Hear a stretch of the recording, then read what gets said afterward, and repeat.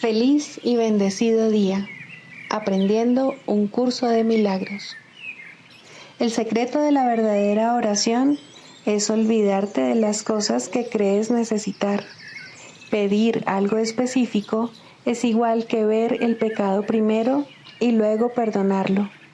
Del mismo modo, al orar pasas por alto tus necesidades específicas, tal como las ves, y las dejas en manos de Dios.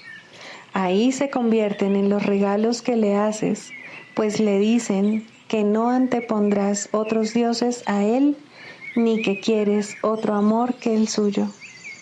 Este libro es un comienzo, no un final.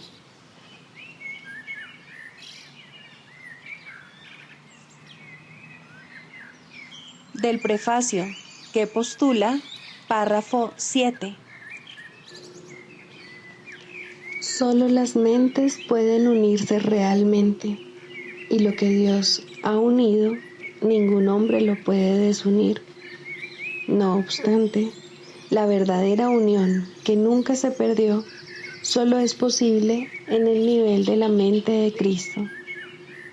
El pequeño yo procura engrandecerse, obteniendo del mundo externo aceptación, posesiones y amor. El ser que Dios creó no necesita nada, está eternamente a salvo y es eternamente íntegro, amado y amoroso. Busca compartir en vez de obtener, extender en vez de proyectar. No tiene necesidades de ninguna clase y solo busca unirse a otros que, como él, son conscientes de su propia abundancia.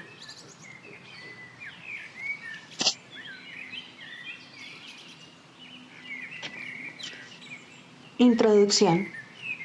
Este es un curso de milagros. Es un curso obligatorio. Solo el momento en que decides tomarlo es voluntario. Tener libre albedrío no quiere decir que tú mismo puedas establecer el plan de estudios. Significa únicamente que puedes elegir lo que quieres aprender en cualquier momento dado.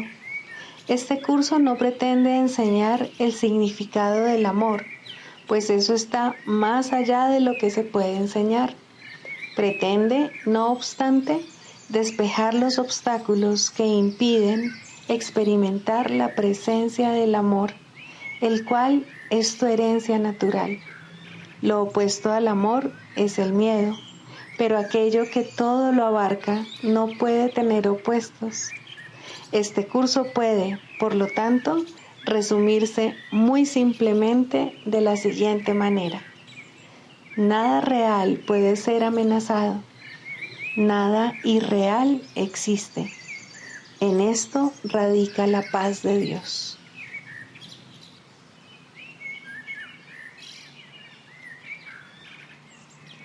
Capítulo 1. El significado de los milagros. Primero, principios de los milagros. Principio 39. El milagro elimina el error porque el Espíritu Santo lo identifica como falso o irreal. Esto es lo mismo que decir que al percibirse la luz, la oscuridad desaparece automáticamente.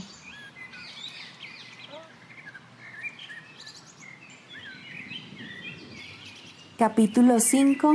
Curación y plenitud. 7. La decisión en favor de Dios. ¿Crees realmente que puedes fabricar una voz que pueda ahogar a la de Dios? ¿Crees realmente que puedes inventar un sistema de pensamiento que te pueda separar de Él? ¿Crees realmente que puedes encargarte de tu seguridad y de tu dicha mejor que Él? No tienes que ser ni cuidadoso ni descuidado. Necesitas simplemente echar sobre sus hombros toda angustia, pues Él cuida de ti.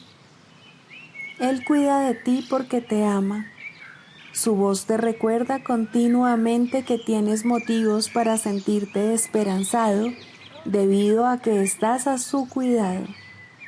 No puedes elegir excluirte de su cuidado porque esa no es su voluntad, pero puedes elegir aceptar su cuidado y usar el poder infinito de éste en beneficio de todos los que Él creó mediante Él. Han sido muchos los sanadores que no se curaron a sí mismos.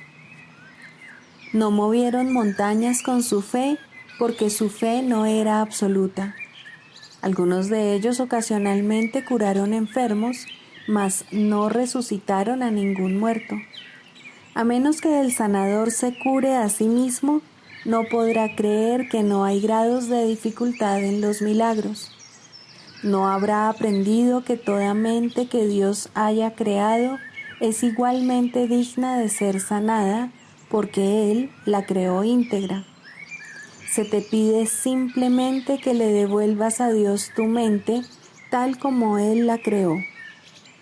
Dios te pide únicamente lo que Él te dio, sabiendo que mediante esa entrega sanarás. La cordura no es otra cosa que plenitud, y la cordura de tus hermanos es también la tuya. ¿Por qué prestarle atención a las continuas y dementes exigencias que crees que se te hacen cuando puedes saber que la voz que habla por Dios se encuentra en ti? Dios te encomendó su espíritu y te pide que tú le encomiendes el tuyo. Su voluntad dispone que éste permanezca en perfecta paz porque tú eres de una misma mente y de un mismo espíritu con Él. El último recurso desesperado del ego en defensa de su propia existencia es excluirte de la expiación. Ello refleja a la vez la necesidad del ego de mantenerse separado y el hecho de que tú estás dispuesto a ponerte de parte de la separación por la que él aboga. El hecho de que estés dispuesto a ello significa que no quieres sanar. Pero ha llegado el momento. No se te ha pedido que elabores un plan de la salvación porque, como ya te dije anteriormente, el remedio no pudo haber sido obra tuya. Dios mismo te dio la corrección perfecta para todo lo que has inventado que no esté de acuerdo con su santa voluntad. Te estoy haciendo perfectamente explícito su plan y te diré también cuál es tu papel en él y cuán urgente es que lo lleves a cabo. Dios se lamenta ante el sacrificio de sus hijos que creen que Él se olvidó de ellos. Siempre que no te sientes completamente dichoso, es porque has reaccionado sin amor ante una de las creaciones de Dios. Al percibir eso como un pecado, te pones a la defensiva porque prevés un ataque. Tú eres el que toma la decisión de reaccionar de esa manera y, por lo tanto, la puedes revocar. No puedes revocarla arrepintiéndote en el sentido usual de la palabra, porque eso implicaría culpabilidad. Si sucumbes al sentimiento de culpabilidad, reforzarás el error en vez de permitir que sea deshecho. Tomar esta decisión no puede ser algo difícil. Esto es obvio si te percatas de que si no te sientes completamente dichoso, es porque tú mismo así lo has decidido. Por lo tanto, el primer paso en el proceso de deshacimiento es reconocer que decidiste equivocadamente a sabiendas, pero que con igual empeño puedes decidir de otra manera. Sé muy firme contigo mismo con respecto a esto y mantente plenamente consciente de que el proceso de deshacimiento que no procede de ti se encuentra no obstante en ti porque Dios lo puso ahí. Tu papel consiste simplemente en hacer que tu pensamiento retorne al punto en que se cometió el error y en entregárselo allí a la expiación en paz. Repite para tus adentros lo que sigue a continuación tan sinceramente como puedas, recordando que el Espíritu Santo responderá de lleno a tu más leve invitación. Debo haber decidido equivocadamente porque no estoy en paz. Yo mismo tomé esa decisión, por lo tanto, puedo tomar otra. Quiero tomar otra decisión porque deseo estar en paz. No me siento culpable porque el Espíritu Santo, si se lo permito, anulará todas las consecuencias de mi decisión equivocada. Elijo permitírselo al dejar que Él decida en favor de Dios por mí.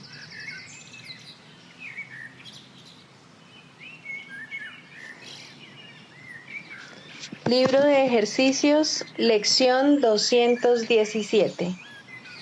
No soy un cuerpo, soy libre, pues aún soy tal como Dios me creó. No puede ser sino mi propia gratitud la que me gano. ¿Quién debe dar gracias por mi salvación sino yo mismo? ¿Y cómo, sino a través de la salvación, puedo encontrar el ser a quien debo estarle agradecido? No soy un cuerpo, soy libre, pues aún soy tal como Dios me creó.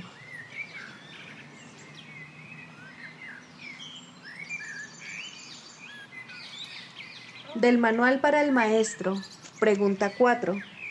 ¿Cuáles son las características de los maestros de Dios? 5. Júbilo. El júbilo es el resultado inevitable de la mansedumbre. La mansedumbre significa que el miedo es ahora imposible. ¿Qué podría entonces obstaculizar el júbilo? Las manos abiertas de la mansedumbre están siempre colmadas. Los mansos no experimentan dolor, no pueden sufrir. ¿Cómo no habrían de ser felices? Están seguros de que son amados y de que, por lo tanto, están a salvo. El júbilo va unido a la mansedumbre, tan inevitablemente como el pesar acompaña al ataque. Los maestros de Dios confían en Él y están seguros de que su Maestro va delante de ellos, asegurándose de que no les acontezca ningún daño. Disponen de sus dones y siguen su camino, porque la voz de Dios los dirige en todo. El júbilo es su himno de gratitud, y Cristo los contempla también con agradecimiento. La necesidad que Él tiene de ellos es tan grande como la que ellos tienen de Él. Qué gozo tan inmenso compartir el propósito de la salvación.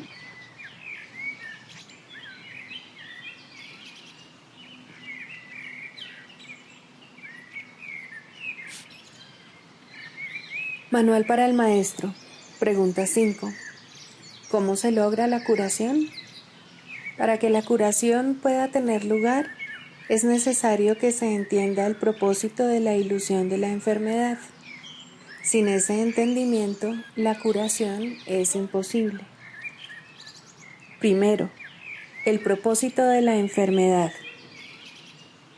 La curación se logra en el instante en que el enfermo deja de atribuirle valor al dolor. ¿Quién elegiría sufrir a menos que pensase que con ello podría ganar algo y algo que tiene valor para él? Indudablemente cree que está pagando un precio módico por algo de mayor valor, pues la enfermedad es una elección, una decisión. Es la elección de la debilidad procedente de la equivocada convicción de que es fuerza. Cuando esto ocurre, se ve a la verdadera fuerza como una amenaza y a la salud como algo peligroso. La enfermedad es un método concebido en la locura para sentar al Hijo de Dios en el trono de su Padre. A Dios se le ve como algo externo, poderoso y feroz, ansioso por quedarse con todo el poder para sí mismo. Solo con su muerte puede su Hijo conquistarle. ¿Y qué representa la curación dentro de esta loca convicción? Simboliza la derrota del Hijo de Dios y el triunfo de su Padre sobre él. Representa el desafío supremo, en forma directa, que el Hijo se ve forzado a aceptar. Representa todo lo que él se ocultaría a sí mismo para proteger su vida. Si se cura, él es responsable de sus pensamientos, y si es responsable de sus pensamientos, será destruido a fin de demostrarle cuán débil y miserable era. Mas, si él mismo elige la muerte, su debilidad se convierte en su fuerza. Ahora se ha impuesto a sí mismo lo que Dios le habría impuesto, y de esta forma ha usurpado completamente el trono de su Creador. Segundo, un cambio de percepción. La curación es directamente proporcional al grado de reconocimiento alcanzado con respecto a la falta de valor de la enfermedad. Solo con decir, con esto no gano nada, uno se curaría. Pero antes de uno poder decir esto, es preciso reconocer ciertos hechos. En primer lugar, resulta obvio que las decisiones son algo propio de la mente, no del cuerpo. Si la enfermedad no es más que un enfoque defectuoso de solventar problemas, tiene que ser entonces una decisión. Y si es una decisión, es la mente y no el cuerpo la que la toma. La resistencia a reconocer este hecho es enorme, ya que la existencia del mundo tal como lo percibes depende de que sea el cuerpo el que toma las decisiones. Términos tales como instintos, reflejos y otros similares representan intentos de dotar al cuerpo con motivadores no mentales. En realidad, tales términos no hacen más que enunciar o describir el problema, pero no lo resuelven. La base fundamental de la curación es la aceptación del hecho de que la enfermedad es una decisión que la mente ha tomado a fin de lograr un propósito para el cual se vale del cuerpo. Y esto es cierto con respecto a cualquier clase de curación. El paciente que acepta esto se recupera. Si se decide en contra de la recuperación, no sanará. ¿Quién es el médico entonces? La mente del propio paciente. El resultado acabará siendo el que él decida. Agentes especiales parecen atenderle, sin embargo, no hacen otra cosa que dar forma a su elección. Los escoge con vistas a darle forma tangible a sus deseos, y eso es lo único que hacen. En realidad, no son necesarios en absoluto. El paciente podría sencillamente levantarse sin su ayuda y decir, no tengo ninguna necesidad de esto. No hay ninguna forma de enfermedad que no se curase de inmediato. ¿Qué es lo único que se necesita para que este cambio de percepción tenga lugar? Simplemente esto, el reconocimiento de que la enfermedad es algo propio de la mente y de que no tiene nada que ver con el cuerpo. ¿Qué te cuesta este reconocimiento? Te cuesta el mundo que ves, pues ya nunca más te parecerá que es el mundo el que gobierna a la mente. Con este reconocimiento se le atribuye la responsabilidad a quien verdaderamente la tiene, no al mundo, sino a aquel que contempla el mundo y lo ve como no es, pues ve únicamente lo que elige ver, ni más ni menos. El mundo no le hace nada, pero él pensaba que le hacía algo. Él tampoco le hace nada al mundo, ya que estaba equivocado con respecto a lo que el mundo era. En esto radica tu liberación de la culpabilidad y de la enfermedad, pues ambas son una misma cosa. Sin embargo, para aceptar esta liberación, la insignificancia del cuerpo tiene que ser una idea aceptable. Con esta idea, el dolor desaparece para siempre, pero con esta idea desaparece también cualquier confusión acerca de la creación. ¿Cómo podría ser de otra manera? Basta con poner causa y efecto en su verdadera secuencia con respecto a algo para que el aprendizaje se generalice y transforme al mundo. El valor de la transferencia de una idea verdadera no tiene límites ni final. El resultado final de esta lección es el recuerdo de Dios. ¿Qué significado tienen ahora la culpabilidad, la enfermedad, el dolor, los desastres y todos los sufrimientos? Al no tener ningún propósito, no puede sino desaparecer, y con ellos desaparecen también todos los efectos que parecían tener. Causa y efecto no son sino una réplica de la creación, vistos en su verdadera perspectiva, sin distorsiones y sin miedo, restablecen el cielo. Tercero, la función del Maestro de Dios. Si el paciente tiene que cambiar de mentalidad para poderse curar, ¿qué puede hacer el Maestro de Dios? ¿Puede cambiar la mentalidad del paciente por él? Desde luego que no. Para aquellos que ya están dispuestos a cambiar de mentalidad, la función del Maestro de Dios no es otra que la de regocijarse con ellos, pues se han convertido en maestros de Dios junto con Él. Con aquellos que no entienden lo que es la curación, no obstante, tienen una función más específica. Estos pacientes se dan cuenta de que ellos mismos han elegido la enfermedad. Por el contrario, creen que la enfermedad los ha elegido a ellos. No tienen tampoco una mentalidad abierta al respecto. El cuerpo les dice lo que tienen que hacer y ellos obedecen. No tienen idea de cuán demente es ese concepto. Solo con que lo sospecharan, se curarían. Pero no sospechan nada. Para ellos, la separación es absolutamente real. Los maestros de Dios van a estos pacientes representando otra alternativa que dichos pacientes han olvidado. La simple presencia del Maestro de Dios les sirve de recordatorio. Sus pensamientos piden el derecho de cuestionar lo que el paciente ha aceptado como verdadero. En cuanto que mensajeros de Dios, los maestros de Dios son los símbolos de la salvación.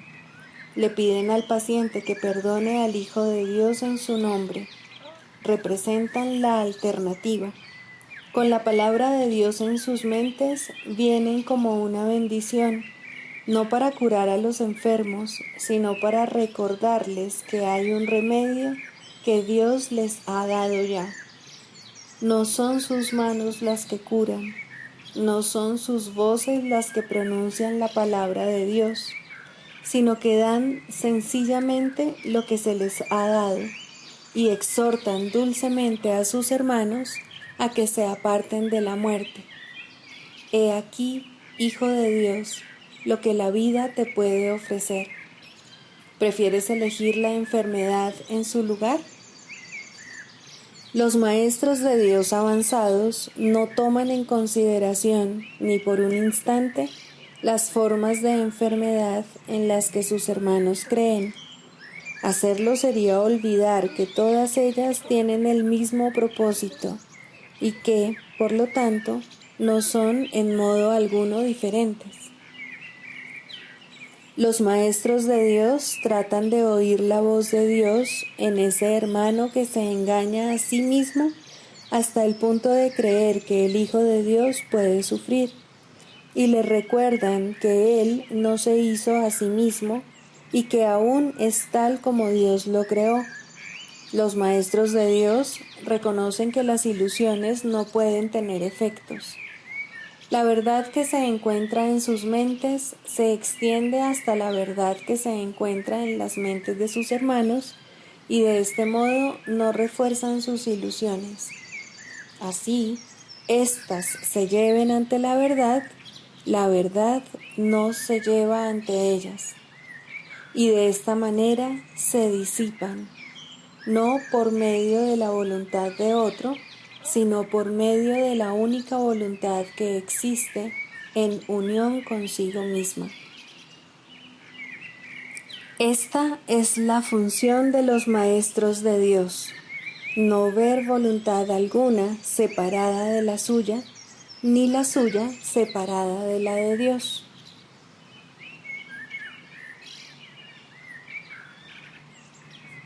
Manual para el maestro. Clarificación de términos. 4. La percepción verdadera, el conocimiento. El mundo que ves no es más que la ilusión de un mundo. Dios no lo creó, pues lo que Él crea tiene que ser tan eterno como Él. En el mundo que ves, no obstante, no hay nada que haya de perdurar para siempre. Algunas cosas durarán en el tiempo algo más que otras, pero llegará el momento en el que a todo lo visible le llegue su fin. Los ojos del cuerpo no son, por lo tanto, el medio a través del cual se puede ver el mundo real, pues las ilusiones que contemplan solo pueden conducir a más ilusiones de la realidad. Y eso es lo que hacen, pues todo lo que los ojos del cuerpo ven no solo no ha de durar, sino que además se presta a que se tengan pensamientos de pecado y culpabilidad. Todo lo que Dios creó, por otra parte, está por siempre libre de pecado y por ende, por siempre libre de culpabilidad. El conocimiento no es el remedio para la percepción falsa, puesto que al proceder de distintos niveles jamás pueden encontrarse. La única corrección posible para la percepción falsa es la percepción verdadera. Esta no perdurará, pero mientras dure, su propósito será sanar. La percepción verdadera es un remedio que se conoce por muchos nombres. El perdón, la salvación, la expiación y la percepción verdadera son todos una misma cosa. Son el comienzo de un proceso cuyo fin es conducir a la unicidad que los trasciende a todos. La percepción verdadera es el medio por el que se salva al mundo de las garras del pecado, pues el pecado no existe. Y esto es lo que la percepción verdadera ve. El mundo se yergue como un sólido muro ante la faz de Cristo, pero la percepción verdadera lo ve solo como un frágil velo, tan fácil de descorrer que no podría durar más de un instante. Por fin se ve el mundo tal como es, y ahora no puede sino desaparecer, pues en su lugar ha quedado un espacio vacío que ha sido despejado y preparado. Donde antes se percibía destrucción, aparece ahora la faz de Cristo, y en ese instante el mundo queda olvidado y el tiempo acaba para siempre al disolverse el mundo en la nada de donde provino. Un mundo perdonado no puede durar mucho. Era la morada de los cuerpos, pero el perdón mira más allá de ellos. En eso radica su santidad. Así es como sana. El mundo de los cuerpos es el mundo del pecado, pues solo si el cuerpo existiese sería posible el pecado. El pecado acarrea culpabilidad tan irremediablemente como el perdón acaba con ella. Y una vez que ha desaparecido todo rastro de culpabilidad, ¿qué queda que pueda seguir manteniendo al mundo separado y fijo en su lugar? Pues la idea de lugar habrá desaparecido también junto con el tiempo. El cuerpo es lo único que hace que el mundo parezca real, pues, al ser algo separado, no puede permanecer donde la separación es imposible. El perdón prueba que es imposible porque no lo ve, y lo que entonces pasas por alto deja de ser comprensible para ti, tal como una vez estabas seguro de su presencia. Este es el cambio que brinda la percepción verdadera. Lo que antes se había proyectado afuera, ahora se ve adentro, y ahí el perdón deja que desaparezca. Ahí se establece el altar al Hijo, y ahí se recuerda a su Padre. Ahí se llevan todas las ilusiones ante la verdad y se depositan ante el altar. Lo que se ve como que está afuera no puede sino estar más allá del alcance del perdón, pues parece ser por siempre pecaminoso. ¿Qué esperanza puede haber mientras se siga viendo el pecado como algo externo? ¿Qué remedio puede haber para la culpabilidad? Mas, al ver a la culpabilidad y al perdón dentro de tu mente, estos se encuentran juntos por un instante, uno al lado del otro, ante un solo altar. Ahí, por fin, la enfermedad y su único remedio se unen en un destello de luz curativa. Dios ha venido a proclamar lo que es suyo. El perdón se ha consumado. Y ahora el conocimiento de Dios, inmutable, absoluto, puro y completamente comprensible, entra en su reino. Ya no hay percepción, ni falsa ni verdadera. Ya no hay perdón, pues su tarea ha finalizado. Ya no hay cuerpos, pues han desaparecido ante la deslumbrante luz del altar del Hijo de Dios. Dios sabe que ese altar es el suyo, así como el de su Hijo. Y ahí se unen, pues ahí el resplandor de la faz de Cristo ha hecho desaparecer el último instante del tiempo. Y ahora la última percepción del mundo no tiene propósito ni causa, pues ahí donde el recuerdo de Dios ha llegado finalmente, no hay jornada, ni creencia en el pecado, ni paredes, ni cuerpos. Y la sombría atracción de la culpabilidad y de la muerte se extingue para siempre. Oh hermanos míos, si tan solo supierais cuánta paz os envolverá y os mantendrá a salvo, puros y amados en la mente de Dios, no haríais más que apresuraros a encontraros con Él en su altar. Santificados sean vuestros nombres y el suyo, pues se unen ahí, en ese santo lugar. Ahí Él se inclina para elevaros hasta Él, liberándoos de las ilusiones para llevaros a la santidad, liberándoos del mundo para conduciros a la eternidad, liberándoos de todo temor y devolviéndoos al amor.